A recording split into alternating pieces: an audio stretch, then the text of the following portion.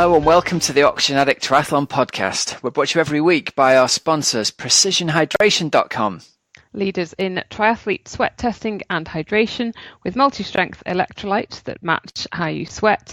Now, Rob, here's a new one. You can get a free box or tube of Precision Hydration worth up to £9.99 with the code OxygenAddict. Oh, new offer. I'll speak more about that later. We're also brought to you by Team Oxygen Addict at team.oxygenaddict.com. Online triathlon coaching, providing you with a personalised triathlon training plan, coaching advice from Rob Wilby, and group video coaching calls. Fueledbycake.com. That is my charity cake recipe book with loads of yummy recipes and lots of sporty people in it, including Vicky Holland and Chrissy Wellington and Rachel Joyce and Laura Siddle. So get on it, fueledbycake.com.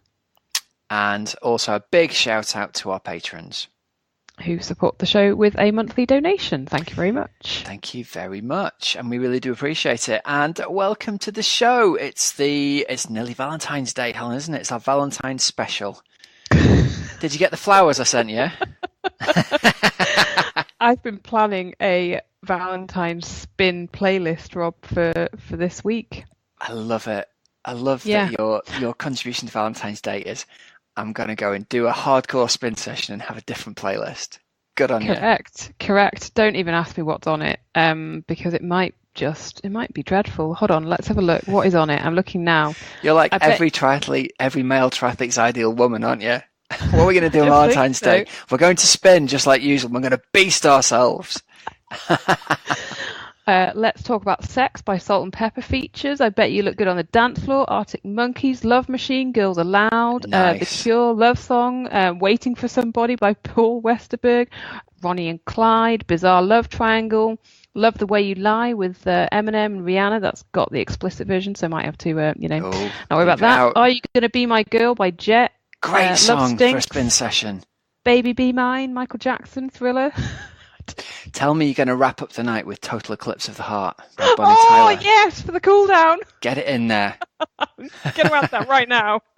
Total Eclipse. I've got to find it now. Oh, yes. So everyone will absolutely enjoy Total Eclipse of the Heart as a cool down by Bonnie Tyler, the very best of. Yes. Add to playlist. Yes. February the 14th special. Yes, it's added. Love it. Thanks. Love it. Yeah. Oh boy. So do you know what? We've actually got some racing has happened again. We're back into it, aren't we? We are racing. Have you seen the video clips of these races this weekend? No, I'll let you into a secret, Rob. I'm currently in my pajamas. Oh, are you really? Yeah, what time is it? 7:20 on a Monday evening. I am absolutely in my pajamas. You are a tired girl, aren't you? So yeah, I've been. I can tell you all sorts about the Winter Olympics, but nothing about triathlon. I can tell you the headlines from triathlon, but I haven't seen any videos, I must admit. All right, well, listen, let's jump into it then and talk about the ITU race. Our results are sponsored by our friends over at PrecisionHydration.com. And as you heard at the top of the show, boy, oh boy, have they got a good offer for you. This is one of those too good to be true offers, right? Instead of having a percentage off, they are giving you free £9.99's worth of Precision Hydration. There's no minimum spend. You just go on there, you use the code OxygenAddict, and you get a penny less than 10 quid's worth of free products from them, because they're so confident that when you get the stuff and you use it, you're going to love it. You'll keep coming back, which I think is just genius. All you've got to do is you've got to pay the postage yourself, whatever you buy. So pretty no-brainer offer, Hells, right? That is an absolute no-brainer, an offer. And Rob, the guys are going to be at the London Triathlon Show on between February the 23rd and the 25th this year, 2018. So if you are a UK listener and you want to go and chat to them about your hydration strategy, then get your backside down to the London Triathlon Show. They'll be so happy to chat to you. They're really, really friendly, helpful, knowledgeable people. So go and talk to them about hydration and sweating and those sort of things, and they'll help you out. And Rob, I'm going to point you as well towards the precisionhydration.com website, because I'll tell you why. Again, you can learn so much stuff there. Andy writes some really, really, really good blogs. Okay. Yeah. And the one that clearly, me being a freak who really suffers in the cold. Andy's written one saying, can hot drinks help you perform in cold weather? Now, I thought this was very interesting indeed, because as he says in the blog, obviously there's loads of research done on, colder drinks in hotter climates, but not so much the other way around. I'll tell you someone who might be interested in this and might actually get in touch. Kerry McGawley, who has been on the podcast, Rob, and does research in Sweden, doesn't she? Northern Sweden, and a lot of stuff with cross-country skiers and things. But in Andy's blog, he says that he has himself done a lot of cross-country skiing. He did the Devizes to Westminster kayak race, so like canoeing in very, very cold temperatures. And he just has some really, really cool tips, especially for this kind of year when you go on your bike and it is really, really cold. And he says a couple of the benefits, Rob, are that in lower temperatures, having a warm drink available encourages you to drink more than you probably would otherwise, which is pretty true, isn't it? Yeah, it's obvious when someone says it, but actually, how many times do we go out and suffer through a long, cold bike ride when actually you could steam into a petrol station, get a cup of instant coffee from the vending machine, neck it, and get on your way again in 3 minutes without sort of needing to sit down and wait for ages for 20 minutes at a coffee stop. Totally. And he says as well, which is very, very true, they are a real morale booster in cold conditions. And when I did the Engadin cross-country ski marathon in 2012, actually it really surprised me because I had clearly never done that sort of a race and I've never done anything like it. But at the aid stations, they had hot drinks. Yeah. Which makes total sense, doesn't it? Makes total sense, yeah. And so you food kind of for thought then, hey. Food for thought, exactly. Food for thought. So go and have a read, precisionhydration.com/blogs, and you will find them there. So have a little read. Yeah, jolly good stuff. Right then, so that code again is Oxygen Addict, all on its own. Oxygen Addict to get a free tube or box of Precision Hydration worth up to $9.99. So results we've got this week are from the Cape Town ITU sprint race. We had great results for Great Britain in the ladies' race. Pretty much a domination by Vicky Holland. She looked so strong on the run. She was just perfect running form. Really, really impressive stuff. And Non-Stanford in second as well. So cracking stuff for the UK. And brilliant, especially Rob, because they were both back after, a lot of injury recently last season. So yeah, really, really good to have them back racing. Yeah, both delighted, and it's nice that they've managed to struggle away through the winter and come back, and Vicky especially looked in absolutely stonking form.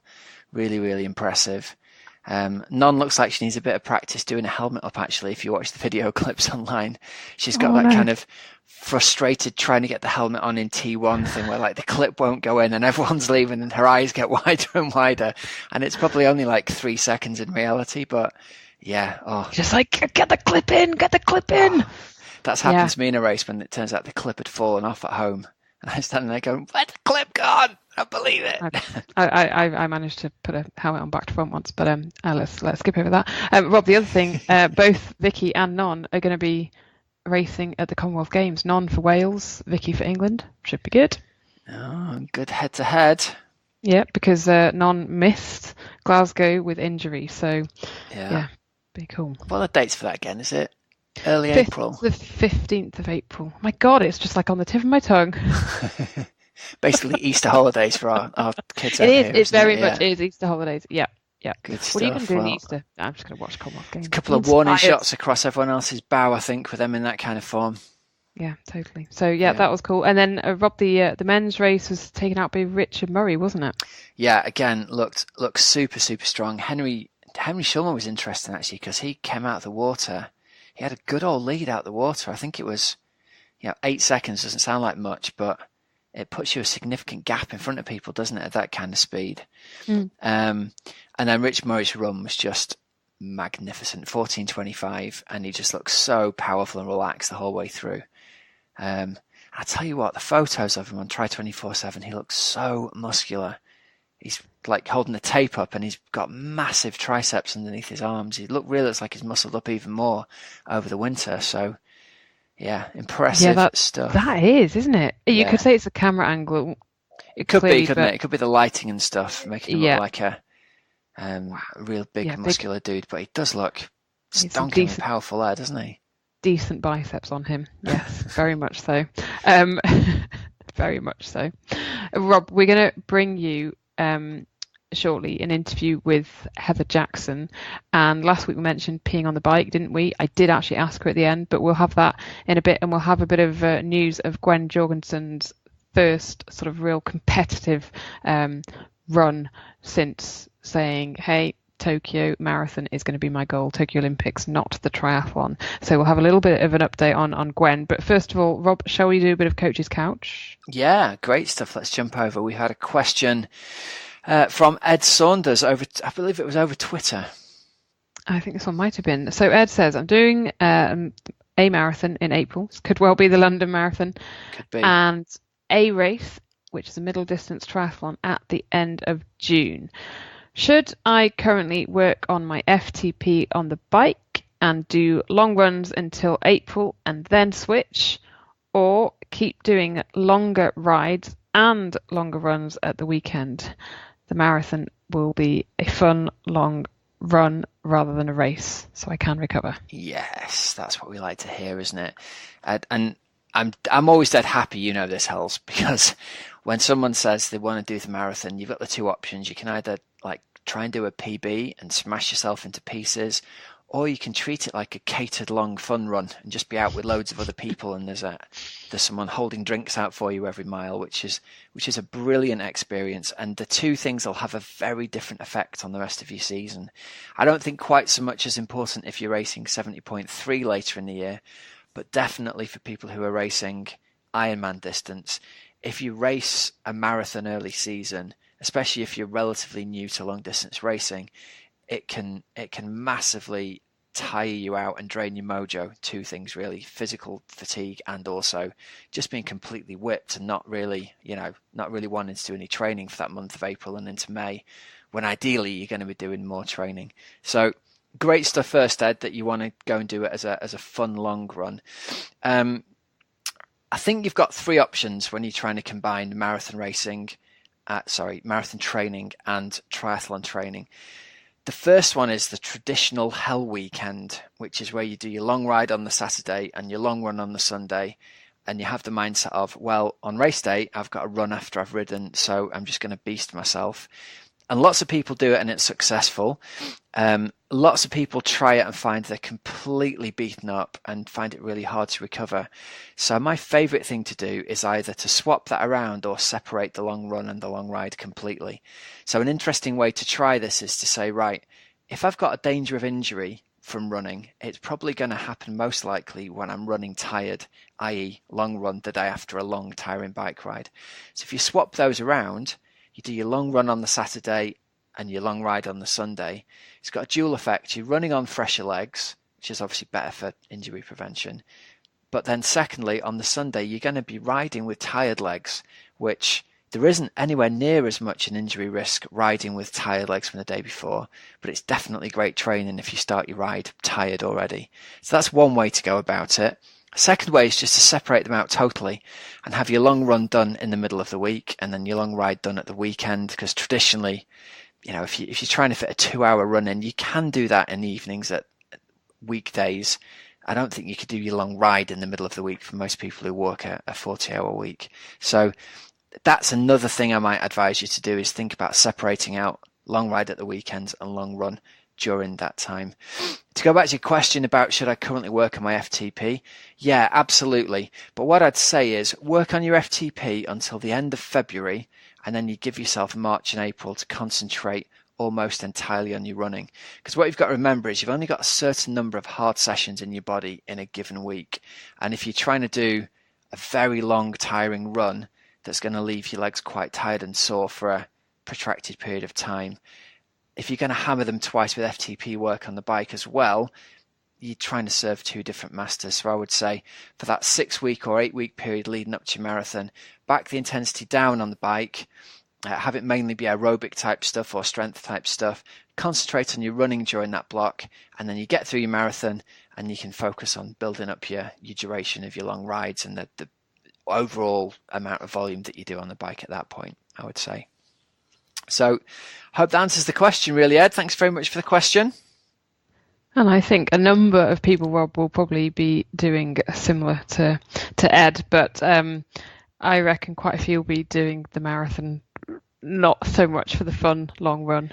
It's so hard though, isn't it? It's really hard. It's really hard to get really fit and then not go and find out how fast you can run a marathon. You've got to be incredibly disciplined. And some of my most successful Ironman athletes have been guys who've gone, do you know what?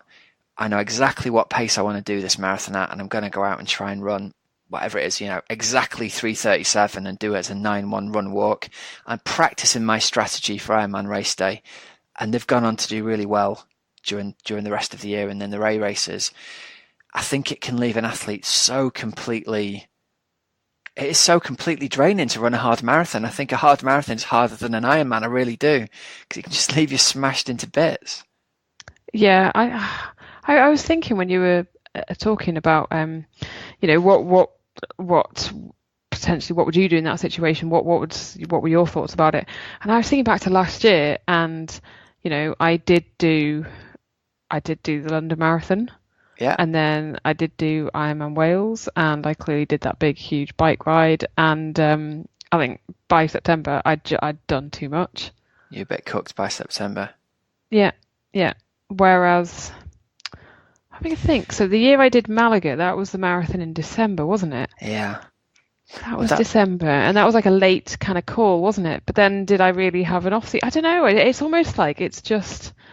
I'm a bigger fan, it, haven't you? And I know this wasn't really Ed's question, but for people who are getting fit for an Ironman, it makes sense to go, I want to do a marathon along the way, because lots of people might never have done a marathon. But for the people who want to do a fast marathon, I think it makes much more sense to get really fit for your Ironman. Maybe you cover a marathon in training, but you do it as a long catered run walk type event, so you're building your endurance. Then when you've recovered from your Ironman and you've had a bit of a break, you've got all this massive amount of aerobic fitness. It's almost then to do a marathon in September or October after having done an Ironman in the middle of the summer. It seems much more achievable, because it's like, in inverted commas, it's just a marathon. You're already dead fit. Your body can probably absorb a bit more tempo running, marathon pace running, half marathon pace running, without really needing to hammer yourself with the training. So I think it makes more sense. If you do want to do a fast marathon, do it in the autumn after you've done your Ironman. That's my advice anyway. And yeah, people have got different opinions, but there you go. That's just what we've seen. I think the danger is getting burnt out early season. I was going to say burn out early season and then not taking an off season. Yeah. Yeah. How's I did it myself. I raced London, and honestly, I think for all of May, I just wanted to play my guitar. I don't think I wanted to do any training at all. And then June comes around and you go, oh man, I've got 5 weeks to Ironman UK. And then you're kind of chasing the getting fit. You've lost a lot of your run fitness because you just did nothing for a month. And then you're in like a grey zone. Exactly. You're just really tired all the time. And yeah. So learn from my mistakes, kids. Oh, now Rob, we have had a bit of a giggle so far on this podcast, but we're going to up the ante of laughing, because I spoke to Heather Jackson last week after you and I recorded the podcast, and I had such a giggle doing it. She was brilliant value. And so Heather Jackson just missed out on the Podium Pona. Yes. She's like that. Kona Podium in October. This last year. She was third the year before. Background not in triathlon, but she talks about that. And has just got an uber bike and run combo as well, and lives in an awesome part of the world, which she will tell you about as well. So here we go. Here is the interview with Heather Jackson. Heather Jackson, I love it. You're laughing already. Welcome to the Oxygen Addict Triathlon podcast. How's it going? Thanks. Thank you for having me. Yeah, it's good. It's good. Just sitting here. I'm in Tucson right now. It's almost lunchtime, and we're we've got a bit of a heat wave going, so it's been nice to have like 80-degree weather right now. Oh, really? Yeah. It was bad. Well, not bad, but I mean, what's bad probably for, 50s and 60s. Okay. Yeah, 50s and 60s. Couple days of rain about a week ago, and now it seems like it's broke. The weather's broke. So, look, yeah, 10-day forecast shows almost 80 every day. Oh my goodness. So how do you split your time? Because obviously you're up in Bend in Oregon as well, aren't you? So what's the sort of split between Arizona and Oregon? Yeah, so usually we spend more time up in Oregon. We're usually there through usually head back there in November after we get back from Kona and do some sponsor visits in November. And then we usually head up there for December, January and get some skiing in, a lot of cross-country skiing. I really got into skate skiing last winter, and then Wadi and I both snowboard. So usually January and February is a lot of that while I do kind of strength work and base sort of stuff for training. And then we kind of come down to Tucson February and March to get about 8 weeks in outside before Oceanside, which is when I usually kick my season off. But this winter, Bend has gotten absolutely no snow. Seriously? It's been, I guess this past week they got a little bit. My parents are up there, and so they, give me the daily updates on the snow condition. They basically are just going to the mountain every day. They retired a few years ago, and they just bought a season pass. And unfortunately, this year was not the year to buy one. But so, yeah, I don't know. It was one of those, we traveled a lot in November doing a bunch of different sponsor stuff. And we got back here in Tucson, and it was pack our house. We have a house here, pack everything up, all our bikes, load everything in the car. And it's about a 2-day drive back up. And we were just over driving. We were over travel, and we didn't want to just go back to super cold weather with no snow to play in. So this is actually the first winter I've spent in a hot place. So it's been a little different for me. Wow. Because you grew up in sort of New Hampshire, which for British people is basically towards, like, it's nearer New York, whereas where you are at the moment is nearer the Mexican border, and we're talking about Bend in Oregon, and that's further up towards Seattle, basically. There's your United States geography lesson. Exactly. That's better than I know. Excellent description. Thanks. So how did you end up with the link to Oregon? So my brother is a brewer. He brews for one of the big breweries in Bend, and so Wadi and I started visiting him during the off season, most Novembers, about 7 years ago, and we visited him there for a couple of Thanksgivings, and we were just like, this place is incredible. It's hundreds of miles of trails. There's about 20 breweries within, a tiny town. There's just trails and mountains, and it reminds me a lot of New Hampshire, but we don't get the rain in Bend. So I think a lot of people think of Oregon and the rain, and we're on the other side of the mountains, so it's pretty dry. It's high desert. It's perfect training weather. It's perfect elevation.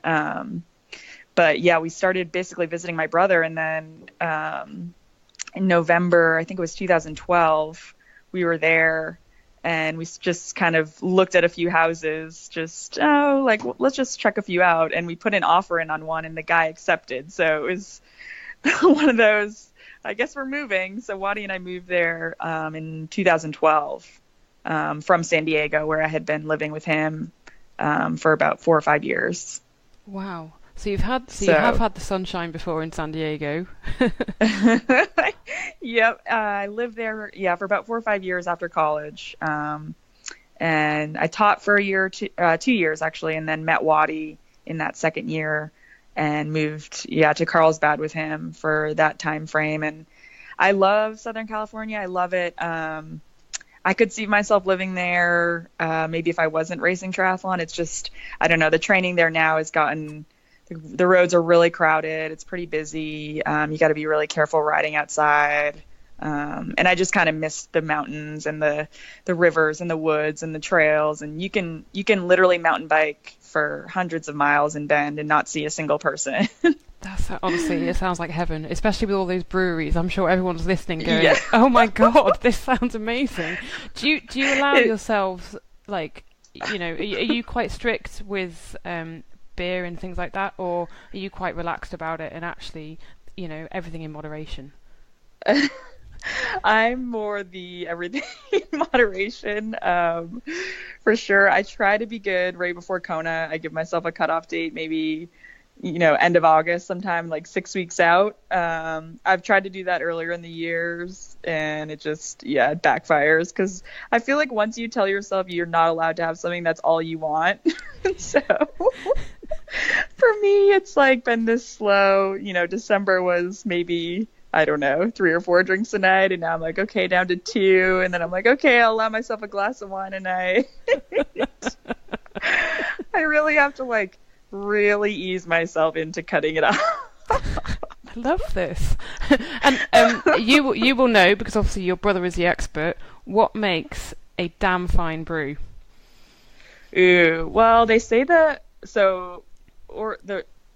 area up there, Bend, is known for its IPAs, and they say that it's the water quality up there.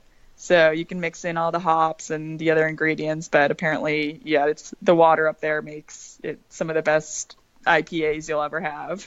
Wow. Like the mountain runoff water. It sounds like heaven for many people. I think we'll all be like, right, when can we get to go to bed? It's really dangerous. For what? Yeah, exactly. Wadi and I got married a couple summers ago, and a gift from a bunch of our friends, they all put money together and gave us a double kegerator that's now in our kitchen. So half the reason I have to leave Bend for Kona prep is so that I don't come into our kitchen and see 2 taps just calling my name. I think this might be my husband's favourite ever interview that I've done on the podcast. I'm just saying that. So Heather, take us back, right? You could have You'll done. have to come visit us. Well, I think honestly, it's on the list, right? You could have played ice hockey, couldn't you? You did play at a very, very high level, but you perhaps could have gone into that. You could have gone into soccer. You could have been, I don't know, at the Olympics doing cycling. What actually eventually brought you to triathlon?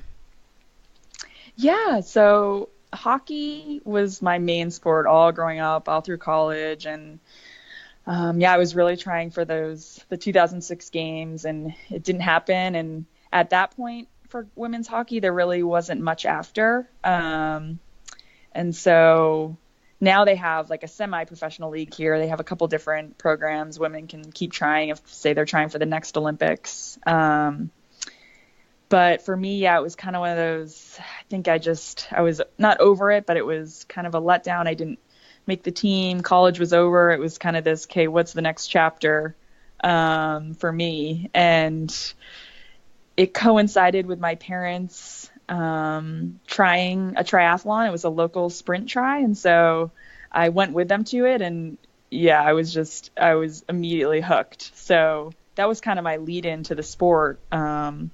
And then it was more, okay, what am I going to do for money right now? I had no job. I was just out of school. So I got a job teaching out in California. I was still in New Hampshire at that point. So I was like, cool, I've never, ever been to the West Coast.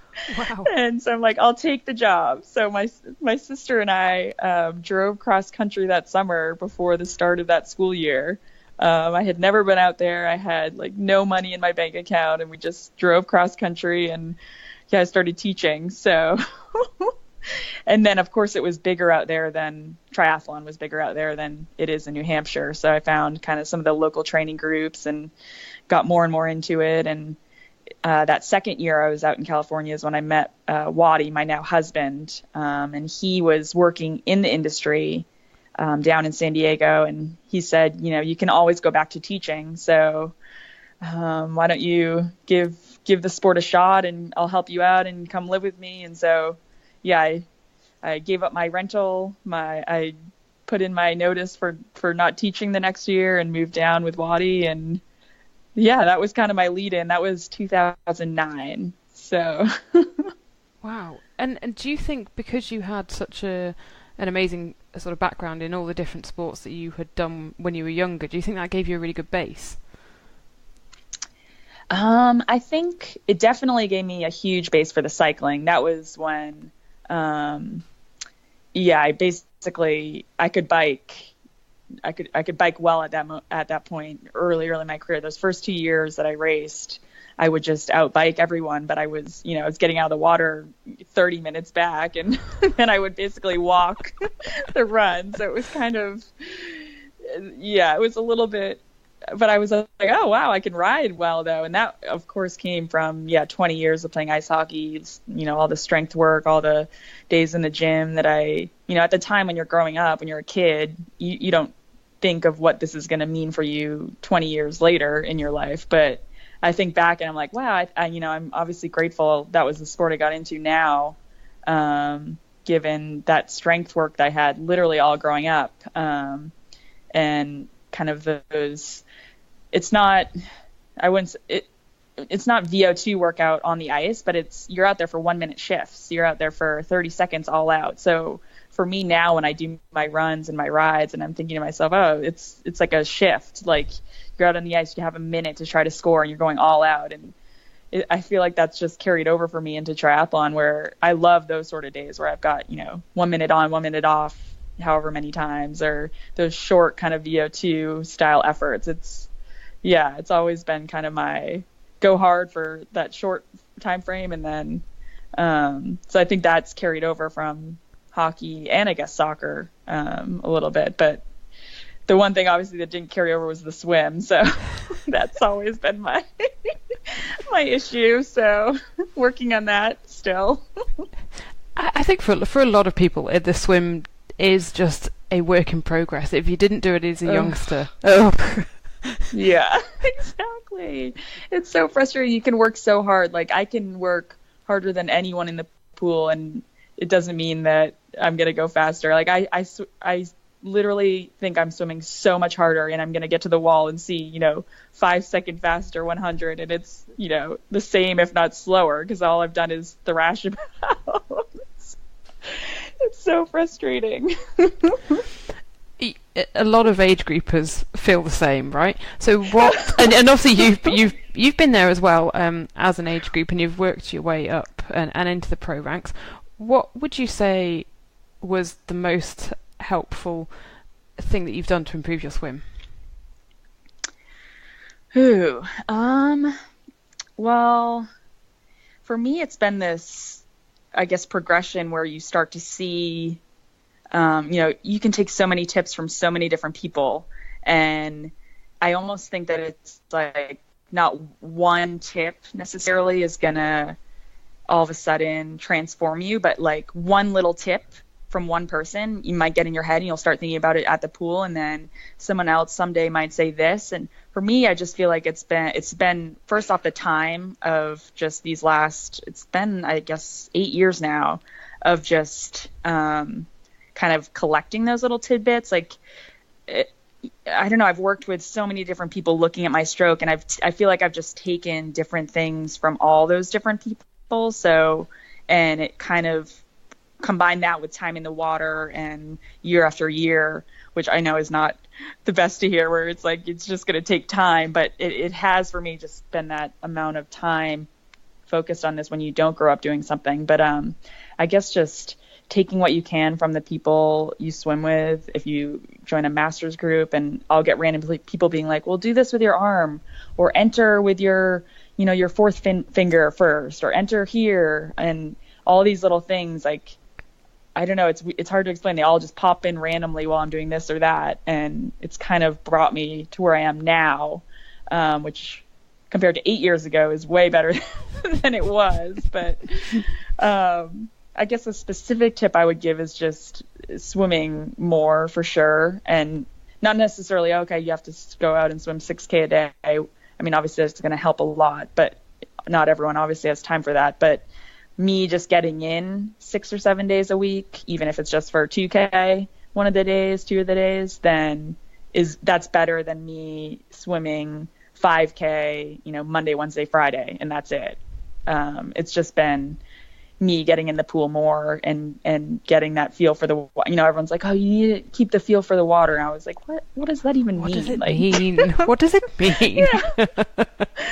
But now I do notice if I'm out of the pool for 2 days and then I go and try to swim and I'm like, oh. So I now make myself, even though it's maybe the session I don't want to do, it's, that recovery, that easier, that 2 to 3K where you're just getting in, or however long it is, even if it's just 30 minutes, you get in, and has helped me just kind of be more consistent each day. Because then if the next day you have a big or harder swim, then you haven't been out of the pool for a couple days. Have you got to the point of enjoying swimming? I would say I have now. I don't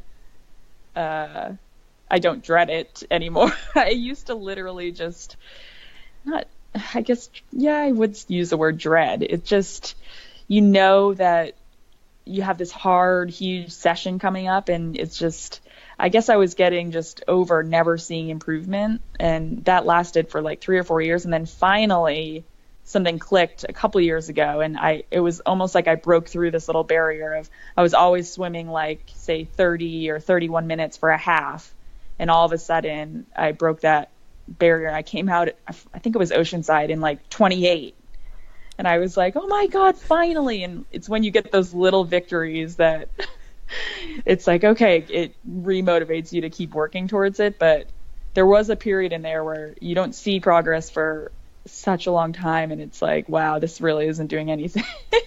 yeah we know that feeling.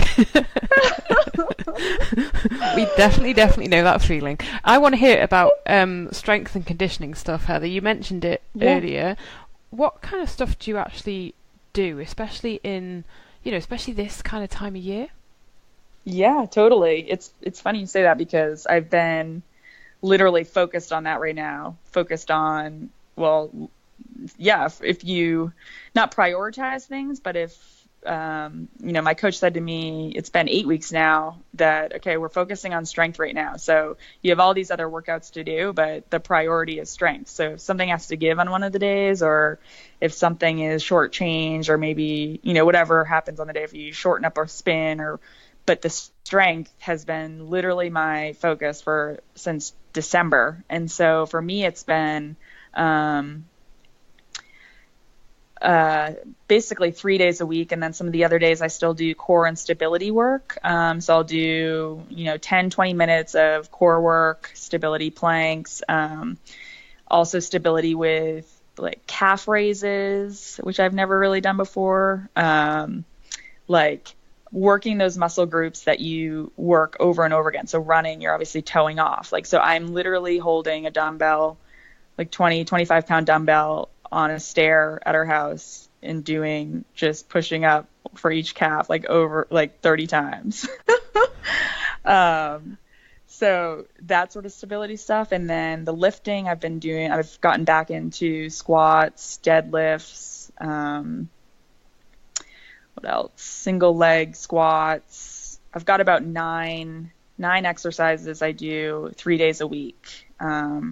So that's mostly the lower body, and then I'll do bench press, pull-ups, some shoulder exercises, like hold the dumbbells out to the side and raise them. I guess I came into the sport with that sort of like strength side of things, and it's been more, I wouldn't say maintenance stuff the past few seasons, but just kind of more mobility work, and not focusing on that weight part of it, that strength side. And I really, I know strength training is not controversial, but everyone has their different thoughts on it. And after doing it for 8 weeks, I really have noticed the difference of just when I'm running, feeling solid and strong in terms of like my movement on the bike.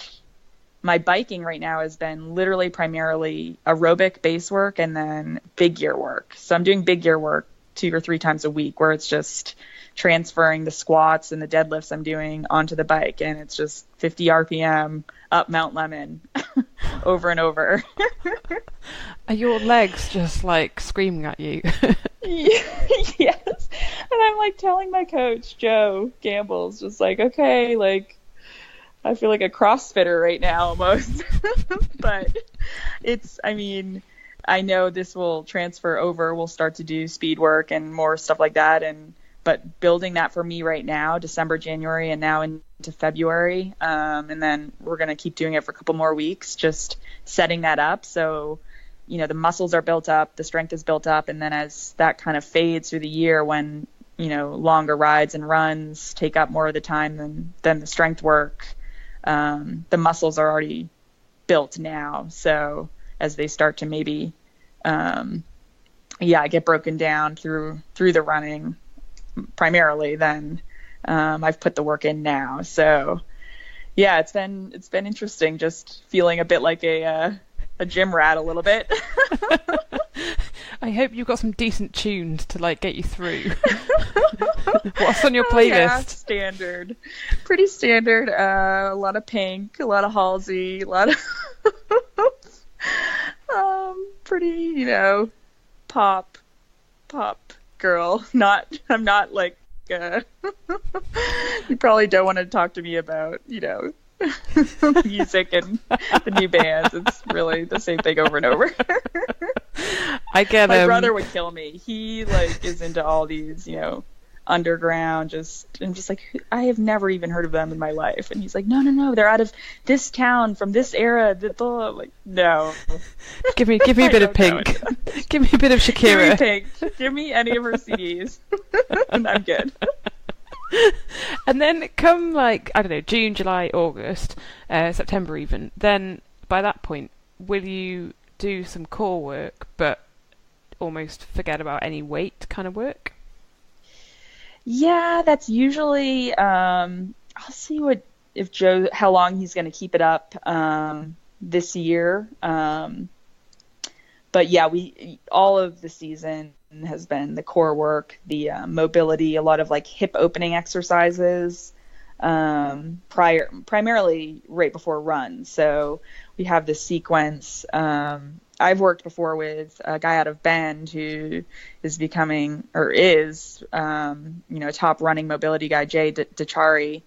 And then Joe, my coach, is also really close with another run coach, as well as his run coach and friend out of Tasmania, who does all these more just preparing your body before the hard run ahead of you. So it's full hip opening, kind of engaging the core, engaging your glute muscles before you go out and then do that while you're running. And there's obviously the higher risk of pulling a muscle or injuring yourself. So you kind of prep the body before you go out. So we do that year round for sure. And then, I'll keep the core up. I'll keep my shoulder exercises up just because I've noticed a difference in terms of my arm, my shoulders getting sore if you do a lot of pulling or paddle work. Yep. But now, since I've been doing these sort of, it's just simple dumbbell raises and different movements, I've yet to get kind of that sore shoulder you can get from a lot of paddle use. That's really really interesting. Really interesting. Yeah. I don't know if I'm just getting old. Well, I need to stay on it. I don't want to think like that, but I was like, wow, I actually am noticing a difference. I had to get at the pool yesterday with 15 minutes to go because I was like, I could feel something in my shoulder, and I was like, I don't need to swim an extra 400 meters. If that's giving me a bit of jip, I'm getting out. And then, yes, you and I are similar age, so yeah. Yeah, you start to notice things, and you're like, oh shoot, was that my a poor stroke and I tweaked something, or I'm just getting older? oh no. Heather, tell me about, you've switched bike sponsors, haven't you? How does that all come about? And is it almost like an administrative, as exciting as it is at the end that you get a new bike sponsor and stuff, is it really stressful at the time? And are you considering a few different ones? Do they approach you? Do you approach them? How does it all work? Yeah, no, that was a huge thing for me this past December for sure.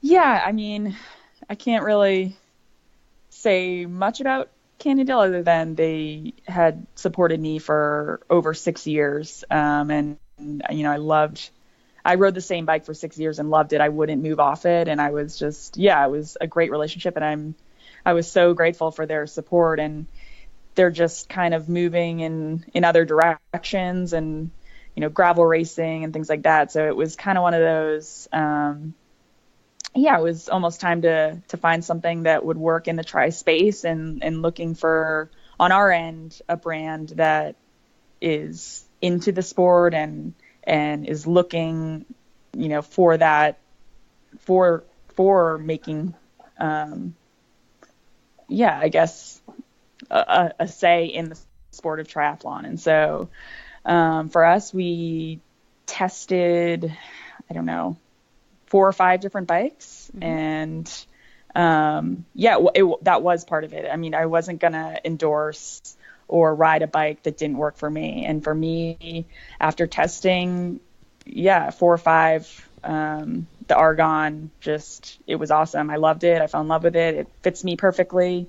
I like how it rides. And so we were dealing with them in terms of seeing if this was a partnership that could work on both ends. And we were something they were looking for, and they were the bike that I was looking to ride. So it was kind of, it goes both ways for sure. But it is definitely kind of a tough time. It's not an easy just transition of, okay, I guess I'll ride this. It's definitely, you want to find but for me, I want a bike that works for me, that fits me, that, I feel confident in, and Argon is all of that. So for me, I'm really excited about it, and been loving riding it, and it's been, about 6 weeks now of just out there on the roads testing. And so, I'm excited. That's really, congratulations on getting that new deal. What would the sort of time frame be between, finding out that actually potentially you might need to find a new sponsor for next year, and then getting it all signed and sealed? I mean, did you literally have a matter of a couple of weeks, or did you have a couple of months to sort of get it sorted? I think with stuff like that, it's more, I guess it's so, I don't know, it's really dependent on the different parties involved, I guess. I don't know. We didn't have like a strict time frame. It was more, I was making sure a certain bike worked and I liked it and wanted to ride that. And then you kind of proceed forward on your end of like, okay, is this of interest to you, or would you be interested in working together? And then kind of progress from there of seeing where it could possibly go. So it was definitely over time. We didn't have like no sort of set time frame. A set window. Yeah. I guess it's sort of like some of these skills that when you first get into it, like into the sport, you don't even, it's not necessarily the first thing that you're thinking about, is it? Thinking of sponsors and that side of actually making, you're thinking, right, I just want to swim, bike, run and make some money from it. Oh, yeah. Oh, my God. Well, when I first got into the sport, I had no idea how it even worked. I remember Waddy, well, at the time he was my boyfriend, but he's like, oh, yeah, like, I got this free pair of shoes for you. And I was like, oh, sick, I'm sponsored. And it was like, for me, that was what it meant. But it was like, as you, I guess, progress and you, it is, I guess, it's my job, it's my profession, and it's, for me, my sponsors are as much part of the business side of things as my training and my racing. And it's making sure that all of the relationships are, both sides feel like they're getting, they're equally getting stuff out of it. And we want to make sure we're always keeping those partners supporting me happy. And there's so much more that goes into it than I think, is maybe known out there of, all the different things you do behind the scenes for your partners, for sure. So it's definitely been eye-opening for me, just even the last, 2 to 3 years of working with having these new opportunities and new partnerships come up for me that have been amazing. But making sure as an athlete and working for them, you're making sure you're doing everything you need to be doing for them as well, if that makes sense. Does Watty make you do a lot of work for him and Watty Inc? Exactly, my biggest. Does he make you work the hardest? I say my biggest sponsor, but I don't get paid from them. So, for people that haven't heard about Watty Inc, tell us about Watty Inc. Yeah, no, Watty Inc is. I always say my husband's brand, but he and I started it. The time I got into the sport, so 2009 as well. So he always wanted to get into clothing. He comes from a cycling background, so he's very particular about looking very professional and how you look out there, and wearing matching kits, and so he came from that, and he would always tell me about triathlon. You need to look professional, and people are just out there and not mismatched kits, but whatever. I used to wear I had one kit, I think. Yeah, exactly. That was me forever. And he's like, yeah, he was into, okay. And a lot of the triathlon clothing at the time was one color, or it would be like black shorts and you'd get, a red jersey, and there really wasn't much else. And so forever he wanted to start this brand of really good, high quality clothing, bringing in, say, those crazy, I hate referencing like rock racing, given, their whatever, but their imagery in terms of they caught your attention, the kits did, the designs, and bringing that to triathlon where you could have whatever you wanted in your kit, you could stand out however you wanted. And, it started as a dream of his, and he was using a third-party manufacturer just to print out some crazy kits for me each year, and then some of the other pros he was helping. And then he finally partnered with his now partner, Ryan Cady, who he runs primarily the manufacturing side. All our clothes are made in San Diego, and so Ryan runs that side of it. We have probably 50 employees there now. All the fabric is brought in from Italy. They sew it all there, all the kit designs. And then Watty's the marketing and events and that side of things. So he can do that from where we are. But it's crazy. It's been, I think, 3 years of making clothing ourselves out of San Diego. And every year it's just been this, it's growing and growing, which is incredible. It's just learning by, trial by fire every day of like a new thing that comes up with running a clothing company, because neither he or I or his partner really came from that. So it's been really awesome. It's just, and we're so grateful for all the support from everyone who has bought a kit or bought, anything Watty Inc. So because you do have some of the coolest kit at the start line. If not the coolest, not just some of. You do stand out for that, for the cool kit. Thank you. I credit that to Watty. He does a lot of the designs, and he does my designs every year. So he's the creative one. But we'll have to send you one. I'll have to get your size. Honestly, I'm just looking at the. These would look so bad on me. I do not have a tan to pull it off. The neon yellow aero top. I was looking, going, that would not look good on a pasty Brit. Seriously. It's awesome. Good for being seen. Not on a pasty Brit. Yeah, exactly. Hi, Miss. Yeah, you could pull it off. No, I couldn't. Heather, I want to chat about Kona as well. How did you find 2017 compared to 2016? Oh man, so tough. It's funny because I honestly felt coming in to this year, 2017, I think my prep was, it was not perfect, but it was flawless. I had no issues, no hangups. I didn't get sick. I had 8 weeks of uninterrupted prep after an entire season leading into that, building fitness. So I thought, and I had raced the Ironman that I did last year, Boulder, earlier, so that I would have kind of that longer kind of gradual lead in. And so I think, that was our approach last year. And I went in feeling very ready and fit. And yeah, it was, I don't know.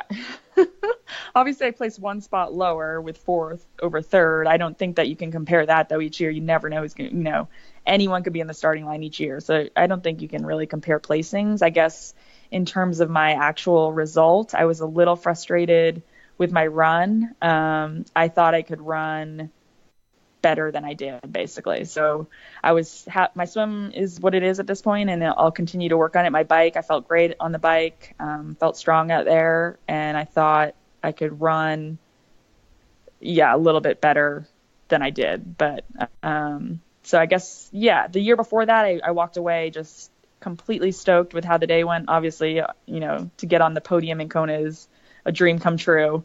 But I was just happy with the race. This year I was kind of just, a little bit down about the run. And that's not me just like wishing I would have run faster. It was, I had done better in training. And so it was coming off of solid,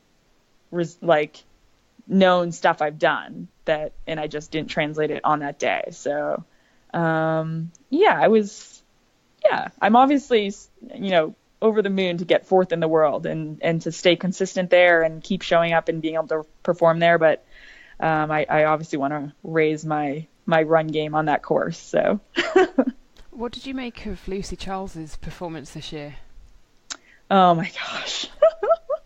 Yeah, she had an incredible day and, has changed the race in Kona from here on until she continues racing, and she's like 10, so that's another 20 years. She is she's obviously an incredible swimmer, and then she's a super strong biker. And then the run, I didn't necessarily think she would have the run she did. I don't know the exact time PR for her, but that had to have been because I knew I had looked up her marathon splits before, and it wasn't, I think she ran a 3:08 this year maybe, or somewhere around there. And so for her to perform on such a stage, her first time out as a pro, and she's changed Kona. And so, for me as a competitor of hers, I can't get out 9 minutes back from her, and not that I'll ever swim like her ever, but I need to minimize that for sure, even to have a chance of seeing her out there. I saw her as she was heading out of the energy lab and I was going in, but she's incredible, and it's just exciting. And that's what I mean. Like any year, any new talent could be there. So it's not just a given thing. You have to continue to up your game. I know there's going to be a couple more new upcoming girls this year. So it's just keeps it fresh, doesn't it? Yeah, exactly. I know that I said I'd keep you for another few minutes. I have a couple more questions. So is Oceanside going to be your first race this year, or are you changing it up this year? Or TBC? It can be TBC. That's fine too. Yeah, I'm 99% sure I'll start there. I don't see really anything prior to that. I had looked at a couple earlier, but right now is good for me just getting this uninterrupted work in. So yeah, I'm 99% sure starting at Oceanside. TBC is the full that I'll do this year to qualify, to try and qualify for Kona. So I've been just tossing around so many different ideas, and we've yet to really nail one down. So that's kind of where I'm at, of figuring out the full that I'll do. Will it probably be in the States? That's the thing. There's so many. All my sponsors are primarily based in the States, and all, a lot of the partnerships I have are for that market. And so for me, it's always been, doing a lot of stuff for my sponsors and working that market that they're trying to connect with. And then also just for me, it's easy travel and try to minimize outside stresses with jet lag and different food and stuff like that if you travel. That being said, the options in the States are not, there's basically Texas, Boulder, and Lake Placid. So I don't know, Texas just doesn't excite me that much. I know it's a championship, and I've been chatting with my coach about targeting some of those races that are going to be much more competitive than maybe some of the ones I've done in the past. So where I have to I'm put in that place to test myself against, that, say, like the run battle I had with Sarah this year in Kona, where you're running with someone almost a whole marathon and you have to step your game up and you have to battle with someone, and just getting myself in that situation more often than I have, so that I'm practicing that basically. So, I mean, there is Texas, but it's not, I don't know. For me, I like hilly bikes. I like hilly runs. I like those tough strength courses. They suit me better. I'm super short, but I'm strong on those courses. Not necessarily the flat. I don't know. It doesn't excite me. And for me, I like to pick races that I get really fired up about and want to go and really try to win them. And I mean, obviously want to win every race I enter, but it's, certain ones just don't, I don't know if that makes sense. So it does make sense. You want to feel like you want to be on the start line at 110% rather than like, okay, it's another race. And and especially the Ironman distance. I mean, it's not good to be on the start of an Ironman where you're like, okay, here we go, let's get through this. So for me, I mean, Placid is definitely kind of, I think, leading the charge right now, just because it is, it's hilly bike, hilly run. It's a perfect course for me. I love that town. That's actually where I train for ice hockey. So it holds it's where the U.S. National team trains out of. So yes, and they have all the bobsleigh and skeleton World Cups there as well, don't they? Yes, exactly. Yeah, and you run by the ski jumps. It's a really cool race. So I'm kind of still leaning on that one, but my coach is definitely pushing for something a little bit earlier. It is end of July, so there is time. You can recover in August and then do the Kona prep. But he was looking more the June time frame, and so there has definitely been a couple others discussed, maybe a Cannes or maybe a France, which France has always been on my bucket list, just with the hilly bike. Yeah. So those two are definitely out there. I would say it's between those three at this point. But yeah. Doesn't need to be made today. Yeah, it doesn't need to be made today. And are you excited about the new qualifying system that will obviously be coming in for next season?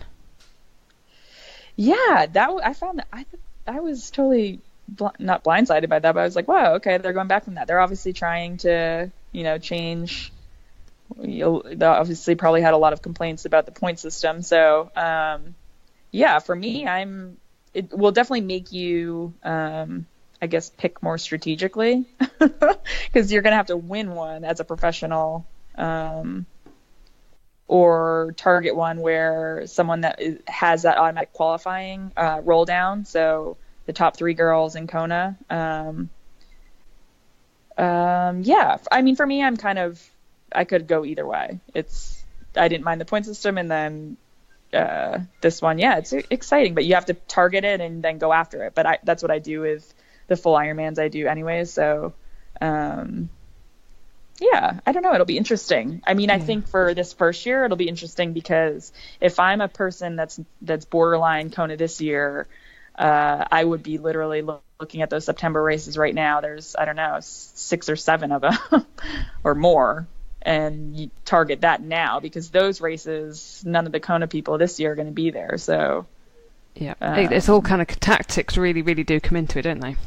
Yeah, exactly. Yeah. And then if you race Kona, I know some people would just. I mean, I even contemplated it. Go to say a Cozumel or an Arizona to, I guess, not validate, but if you have good points from Kona, you could just go and get it done. But now, if you race Kona, you're likely going to be pretty tired, unless you're like a Lionel Sanders who is just a machine.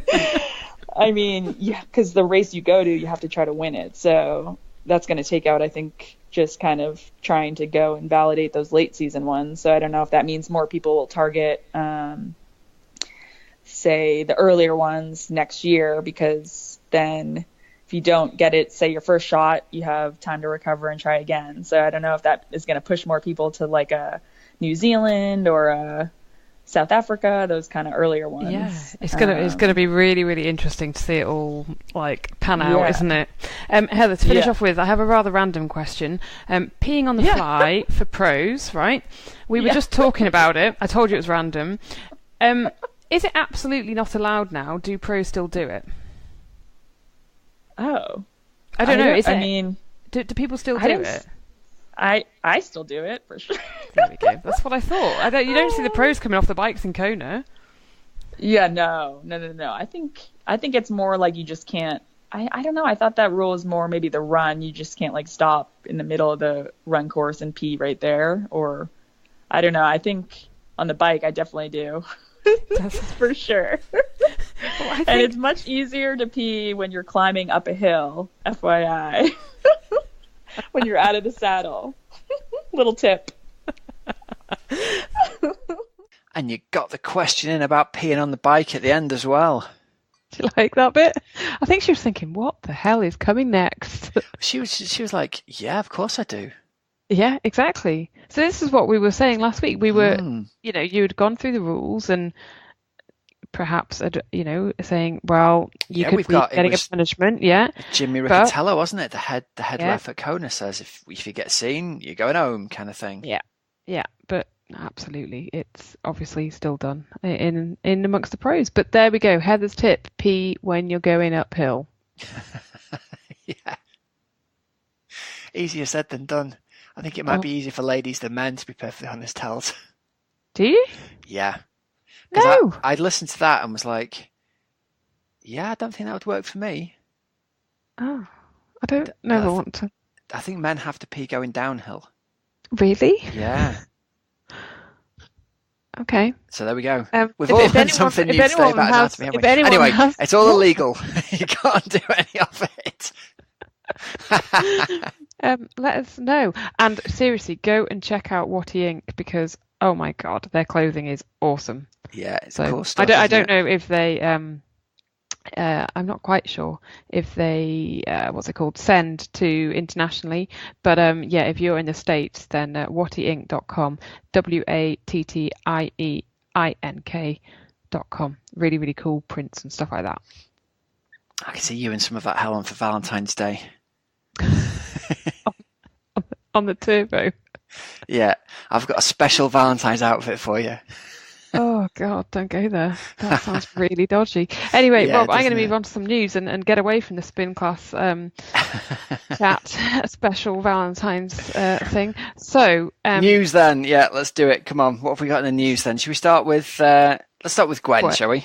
Yes, start with Gwen. So in short, Rob, Gwen Jorgensen ran a 15-minute, 15-second and 64 hundredths for 5k, essentially 5,000 meter indoor, 15:15. Unbelievable. Just incredible, isn't it? Yeah, absolutely. She said, I've got a new 5k PR. And the women that she raced with against, she said, these ladies are fabulous. I can't wait to race again. So she was, and it was indoors as well. That's worth pointing out because she's tall, isn't she? So racing indoors is hard for the taller athletes. So to go 15:15 on an indoor track, that is really solid. And she was maybe she was a tenth of a second away from the win. Yeah. And the Emily Infeld, who won it, was bronze medalist at the World Championships in the 10,000 meters, and was 11th at Rio Olympics. So she's got the early season form, hasn't she? I'm just loving following how she develops doing this. It'll be so magnificent if she goes on to do really well at a second sport. Yeah. It's great. So honestly, we're all going to be following and kind of wishing her on, aren't we? Yeah, cheering her on. Cheering her on. Yeah. Have you noticed I can't talk tonight, Rob? It's great. I can't even get my words out. We've got one more little item and then we'll let you go to bed. The one thing I wanted to mention to people is, I don't know, in fact, I do know a couple of guys who've got their own treadmills now, about to say this, but Zwift have launched their running thing, free access to Zwift running. If you've got a treadmill, I think I've been seeing for a while runners pop up on the side of Zwift. Now it's free access. Anyone who's in there can get in there and have a go. So it just looks like a great way to try. All you need is some kind of foot pod thing to run with. And you can just use the iOS app to link it up to your computer or your laptop. So you can definitely see people doing this at the gym with their iOS phone in front of them on the app, can't you? Yep. Great way to while away the happy hours. Yeah, totally. And Rob, I love this. This is interesting. So 22% of Zwift users are kind of classify themselves as triathletes. Yeah. I actually thought it would be more than that, you know. Did you? I did. I really thought, because in my head, I had the triathletes pegged as the early adopters, if you know what I mean. Yep. So maybe they've just expanded. Maybe they were the early adopters, and maybe there's just huge amounts more cyclists on board now. Who knows? Yeah. So get on there. You'll be able to race Lionel Sanders around with your running little avatar, so you can get your own little headband to go with him. Try and stick on his, stick on his feet. Yeah, good luck with that. Yeah. I've got a couple of athletes who are still recovering from trying to do his Zwift workout 2-3 weeks ago. Really? Yeah. It finished with I can't remember now, 4 15-second all-out intervals or something. I was just like, no! I love it. Don't do that. Oh, boy. I absolutely love that. Rob, we are still waiting for people's welcoming people's Triathlete of the Month nominations for February. So email helen@oxygenaddict.com. The winner gets a Tri booster pack with about 18 products in it, recovery bars and shakes, a t-shirt, Blaze trail bars, all those kind of things. So we want to know who, if perhaps a friend or a relative or one of your training partners has done something amazing in triathlon. Perhaps they have, I don't know, won a race. Maybe they've just completely turned their lives around through triathlon. Email us. You have to nominate someone. And helen@oxygenaddict.com by the 25th of February. And then we will be announcing February's winner. Jolly good. And I think we're going to have to wrap the show up there, Hels, and let you get to bed, my friend. Go and get some snooze inside you. It's kind of funny, but it's sort of not funny. But yeah, it's one of those, my alarm went off this morning and I was like, what day of the week is it? Yeah. Oh man. It's a bit like, oh God. So yeah, I am working every day. You haven't even got any candle left to burn at both ends at the moment. Come on, let's get you out of here. I've got 14 days left of this, which is kind of worrying, but never mind. Extra sleep for you, straight in. Bring it on. Bring it on. So listen, everyone, thank you very much for listening to the Oxygen Addict Triathlon podcast. Go over and check out our sponsors, precisionhydration.com. Remember, using the code OxygenAddict, you can get a free box or tube of Precision Hydration worth $9.99 over at precisionhydration.com. You can also check out Helen's book, Fueled by Cake, fueledbycake.com. Thanks again very much to our patrons, and if you want to become one, you can click the link either in the show notes or on the side of the page on the main website itself. And also you can head over to team.oxygenaddict.com to check out some of the training plans and coaching advice we've got going on if you want someone to structure your training for you. So until next week, thanks very much for listening. I'm Coach Rob Wilby. I'm Helen Murray. And have a great, safe training and racing week, everybody. Stay off the black ice, and we'll talk to you again soon. See ya.